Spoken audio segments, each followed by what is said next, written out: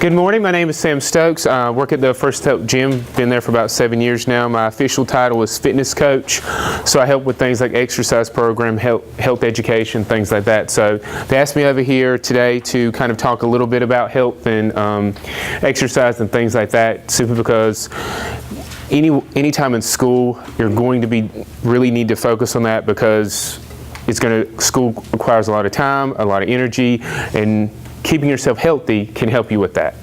So we're first just going to start with the basic parts of health. First is exercise. That's the first part when it comes to health. Basically, exercise is physical stress you put on your body that your body has to adapt to. So for example, running, it stresses the body. The body has to get better to be able to do what you're asking it to do. And running is an example of cardiovascular. And in fact, my handwriting's not clear, sorry. All right, cardiovascular. Basically anything that gets your heart rate up. That's what cardiovascular is. So, running, swimming, the elliptical, bike, jumping jacks, you name it. Anything that gets your heart rate up for a sustained period of time is cardiovascular. This is a very important component when it comes to exercise, because this is one of the only ways to really train your heart. And your heart's a muscle, which almost all y'all know, and it needs to be trained just like everything else. Cardiovascular exercise can be done 20 to 90 minutes a day, depending on your time frame, and it can be done every day. Your heart's strong enough to handle doing something every day. And like I said before, it really is kind of what you enjoy. Playing a sport is cardiovascular. Whatever it may be that you enjoy doing to get your heart rate up for whatever it may be for however long, go for it. There's no one that's better than the other. Like they always say, the best exercise is the one that you're going to do. Because if you're not going to do it, it's not good. And I'll just write down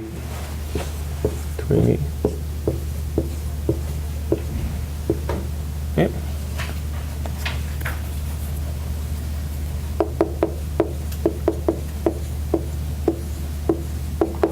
Just to get, visual with that. Next up is resistance training. This is what you think of when you think, you see people lifting weights, with the barbells and the dumbbells, but it's not just that. Resistance bands, pushing against the wall, whatever it may be, your own body weight, all are resistance. So it doesn't have to just be like those heavy dumbbells that you see on like the TV shows or whatever it may be. Anything where you're having to push to move something is considered resistance training. Now, there are a couple of terminology when it comes to resistance training that people might not be familiar with. One is reps. Reps are short for repetition. So, for example, let's say I'm doing a bicep curl. All the way up and all the way back down is considered a repetition, or rep for short. That's just a shortened version of it.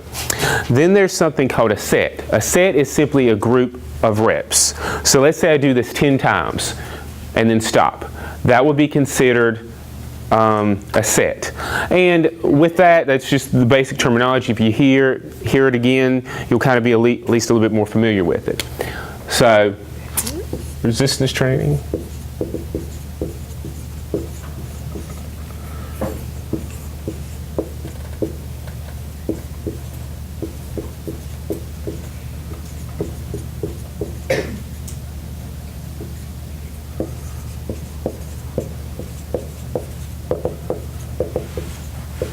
Okay. And like I said, body weight, resistance bands, machines, which you can buy and take home a lot of them. Those big, bulky ones like SoloFlex, I remember all those infomercials about those. Those are all considered resistance training. Then a couple things, then one that is a part of it, but generally isn't pushed as much, is called flexibility, stretching. This is very important as anyone gets older, because those muscles, those joints, all that's getting tighter and tighter. When we're moving, when we're doing daily activities, all of it gets tighter. And we want to stretch it out to get it more loose, more limber. It also reduces the chance of, injury because the muscles are more supple, less prone to like getting torn, things like that. It also helps with balance, which often, we're all moving, whatever it may be, especially, for example, someone in the medical field, you're often moving with patients. And so you're trying to hold something and move at the same time, and if your balance is bad, well then that's going to put you at risk. And one of the things flexibility can help with is that. And one of the best ways to improve your flexibility is stretching, whatever it may be. There's plenty of resources when it comes to stretching out there. Websites, you can look up different stretches. Generally, you hold them for 10 to 30 seconds, and it can be done daily. You don't have to do it daily, but stretching is just, again, something your body adapts to really easily, and it can be done every day.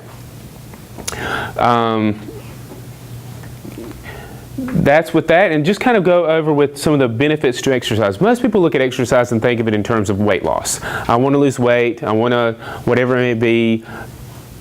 Generally, I'm going to hear about, well, I want it to be about weight loss. But there's a lot of things to exercise that aren't just limited to weight loss. It helps in mood.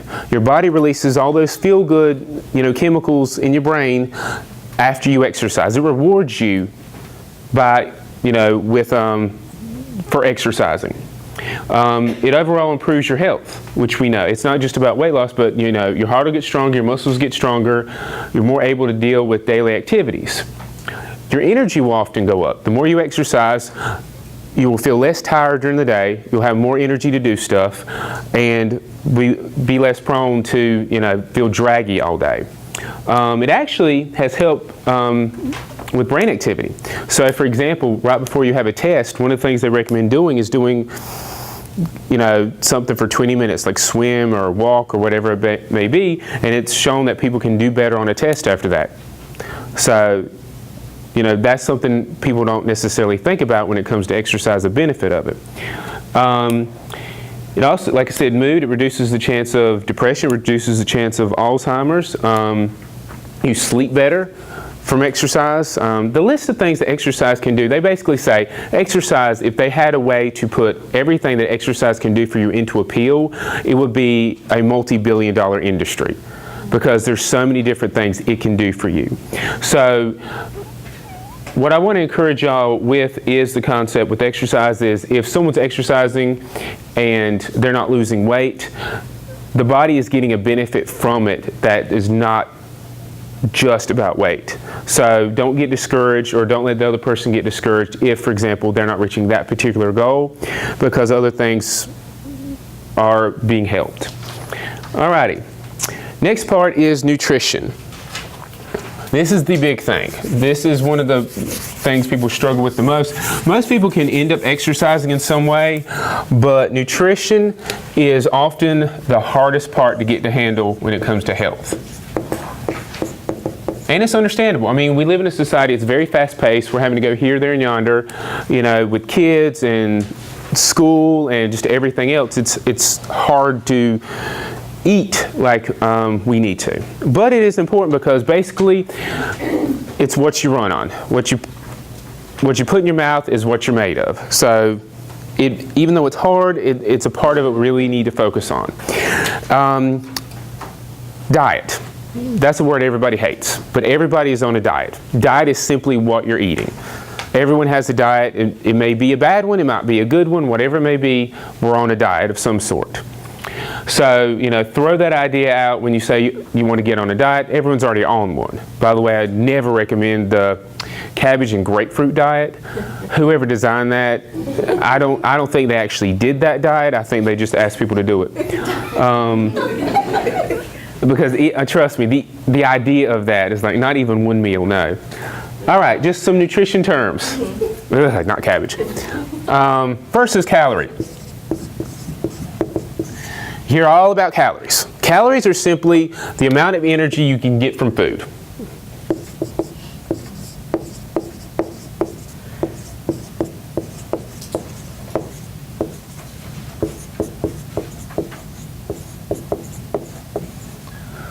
So that's all a calorie is, ultimately. All right? Next term, and just a little bit about this. What happens with this is the calories is our body can only use so much energy depending on what we do. So if we take in more than our body needs in the day, that's where we start gaining weight, because the body will take that energy and store it. Your body, you have to understand, only cares about one thing, and that is survival. It does not care how it looks whatsoever. All it cares about is survival. So what it's going to do, because it's biologically programmed, it's going to think, well, I'm getting a lot of food right now, I'm getting a lot of energy, I'm going to store it, because I don't know if I'm getting a meal tomorrow, or the next day, or the next. And so that's the reason it's so easy to overeat and put on weight, because we don't have that famine and feast thing that, 500, 600 years we used to. We have plenty of food, we have plenty of access to calories. So it's so much easier to put on that weight, because again, like for example, a McDonald's meal. I worked at McDonald's. I know what it's made of. Won't eat there now. I also know how it's cooked. So it's easily 1,000 calories. Easily. And the daily value they recommend for people is 2,000. So you would have more than half of what you need calorie-wise in a day in one meal. And that's not biggie sized. That's just, regular sized. You add in that big drink and those big fries, and you can't eat anything else the rest of the day. So, that's the reason I just want to point out it's so easy to put on weight versus lose weight. All right? The three big terms when it comes to nutrition. First is fat. And just a couple things. Fat is not bad. I just want to throw that out there. Fat is not a bad thing. It's something we need less of, but it's not bad because it has very important components in the body. I mean, temperature regulation.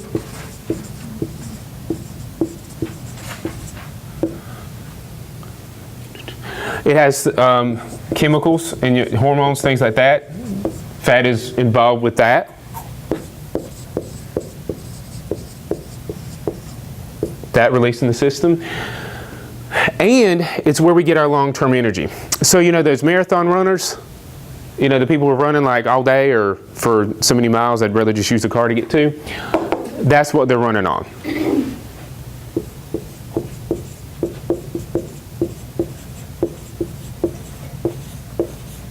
So as you can see, there's some very important parts of our body and our biological systems that fat has to do with. So it's not a bad thing, it's just the amount we take in. All right, carbohydrates.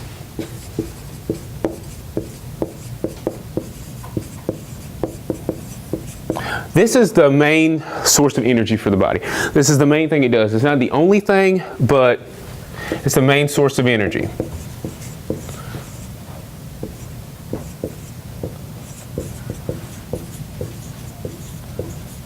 So generally, other than like long term, the stuff you do day to day, this is what it's going to run on.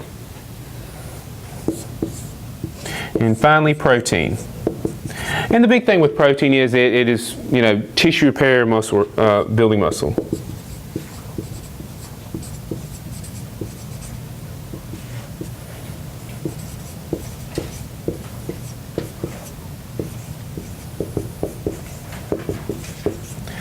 Alrighty, that's kind of what they do. So, one thing I want to point out, we talked about calories. Well, each of these have a certain amount of calorie per gram. So, just put that over here, per gram. And that's generally how they go by. Fat has 9, carbohydrates have 4, protein has 4. So, one of the issues with fat, and one of the reasons people say it's bad, is because it has more than double the amount of energy per gram that carbohydrates and protein do. So it's very easy to gain a lot of calories if someone eats enough fat. So that's one of the reasons why people say, again, in moderation with it, is because it's so easy. For example, nuts. Nuts are good for you. However, they're very high in fat. A handful, 1/4 a cup of walnuts is about 200 calories. So again, they're healthy for you, but if someone's eating a whole cup, it adds up. So that's the reason you have to be careful about that. Alrighty?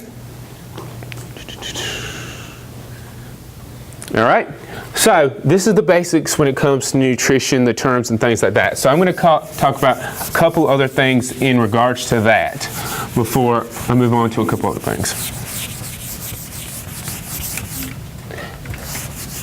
All right. One thing I want to talk about real quick is the resting metabolism.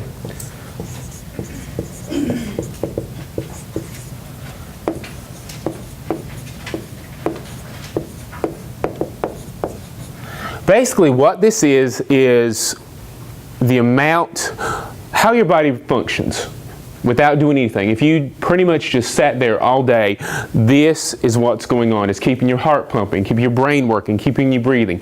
This is the resting metabolism. This is where you use anywhere from 60 to 85% of your calories in a day. It goes to this.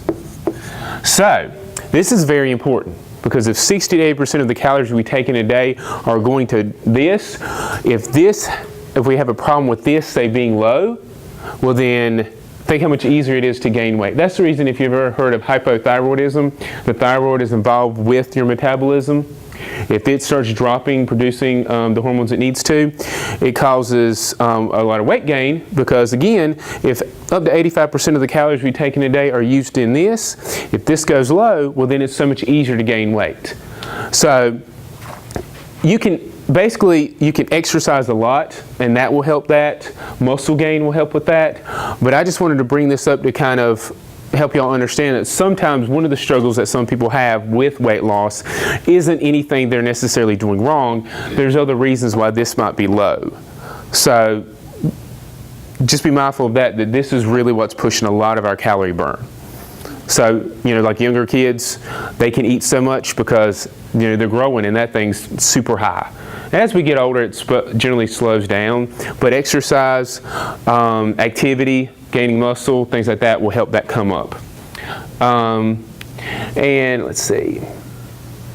This is the recommendation, the amount, to give y'all some numbers that they recommend that your diet should be a percentage of.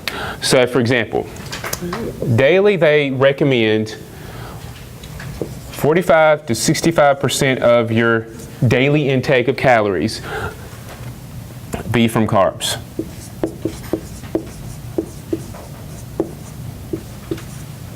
They recommend 10 to 35% for protein, and then 20 to 35% with fat. Now they give a wide range, they do. And the reason they give a range is because it's going to be different. For example, pregnant women are going to need more protein than the average woman would. People who are, marathon runners are going to need more from this. Depending on what it is, women are going to often need more fat than men are. So it kind of depends on, what you're doing physically, where you're at, what you need, and how their variation is. And so that's the reason they give kind of a wide range for that. But that's generally the recommendation. So a few things, overviews when it comes to nutrition is, one, and this is how a dietitian explained to me this time, eat the rainbow. And that doesn't mean going and getting cereal that's colored. It means like apples and bananas and fruits and oranges and broccoli and whatever it may be, eat the rainbow. Because each of them, the different color, signifies that there's a different chemical, a different nutrient in there that your body needs. So eat the rainbow as best you can. You want at least 25 grams of fiber a day. Fiber is going to come from plants. That's the only place it'll come from. Now you can use those Fiber One bars, things like that. That's fine. I generally would recommend eating food that's like more plant-based. Whole grains. Whole grains means like brown rice, things like that. Whole wheat bread. The reason they consider white bread or white rice bad is not that they're bad in and of themselves, but they've been put through a process where basically all the good stuff has been taken out of them. And your body easily breaks them down into sugar. So because they've already been processed, they've already been kind of cooked, as it were. So that's the reason you want the more like brown rice, whole wheat bread, things like that, is because of that. You get more nutrients from them.